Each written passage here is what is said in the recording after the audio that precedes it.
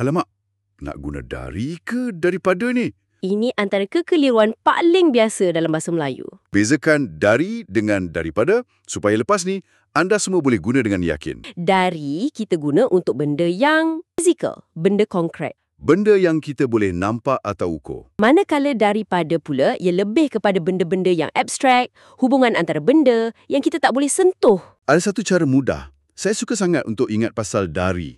Dia bagi akronim ATM. Arah, tempat dan masa kan, ketiga-tiga ni memang konsep fizikal pun. Contohnya pun senang nak faham.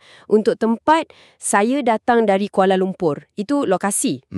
Untuk arah, angin bertiup dari utara. Itu pergerakan. Okey. Dan untuk masa, mesyuarat itu berlangsung dari pukul 2 hingga 4 petang. Itu pula jangka masa. Semuanya jelas dan fizikal. Yang selalu buat orang pening sebenarnya daripada. Contoh, hadiah ini daripada ibu saya. Atau, kami terima makluman itu daripada pihak kementerian. Ibu dan kementerian itu kan puncanya. Dua, untuk asal kejadian atau bahan. Kerusi ini dibuat daripada kayu jati.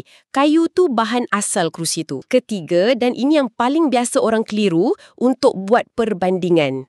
Selalu kita dengar orang cakap, dia lebih tinggi dari abangnya. Sepatutnya, yang betul dari segi tata bahasa ialah lebih tinggi daripada abangnya. Dan yang terakhir, untuk menunjukkan sebahagian daripada satu keseluruhan. Contohnya, hanya 2 orang daripada 10 orang pelajar yang hadir. 2 orang tu kan sebahagian daripada kumpulan 10 orang tu. Semua contoh daripada ni bukan pasal tempat atau masa, tapi lebih kepada hubungan.